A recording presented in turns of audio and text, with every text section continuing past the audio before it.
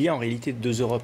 Il y a l'Europe germanique, et d'ailleurs ce n'est pas un hasard si nos présidents de la République, symboliquement, souvent, leur première visite officielle, le jour même de leur investiture, c'est en Allemagne.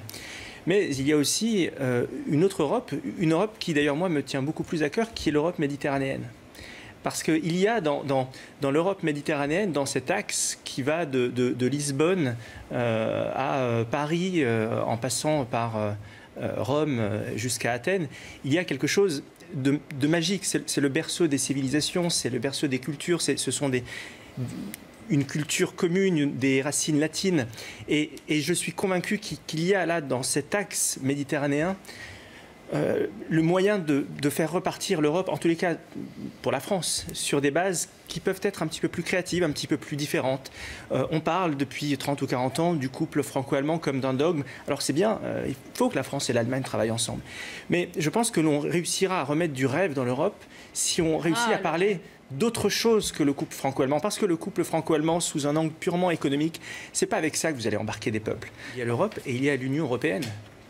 Et c'est pas la même chose. Il y a l'Europe qui, fondamentalement, est une belle idée. La fameuse idée qui a été théorisée par Victor Hugo, les États-Unis d'Europe, au Congrès de Paris, qui est une super idée. Il faudrait enlever aucune virgule au texte de Victor Hugo. Mais vous avez ensuite la façon dont est mis en œuvre ce projet d'États-Unis d'Europe. Et c'est une institution qui s'appelle l'institution européenne.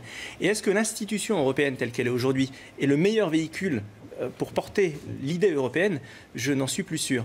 Le seul problème, c'est que depuis maintenant 30 ans, si vous prenez toutes les affiches électorales, notamment des élections européennes, vous verrez le même slogan, c'est une autre Europe. Et donc, oui, d'accord, une autre Europe, mais laquelle? Et c'est ça la question. Et alors, quelle est la réponse? Parce qu'on connaît la question. Alors, il y a plusieurs réponses possibles. En ce qui me concerne, je l'ai évoqué tout à l'heure, je pense que l'Europe, en tous les cas la France, doit s'ancrer sur la Méditerranée. D'autres peuvent défendre l'idée qu'il faut un fédéralisme franco-allemand, idée à laquelle je m'oppose, mais disons que nous avons moyen de débattre. Il faut mettre des projets sur la table et débattre autour de ces projets.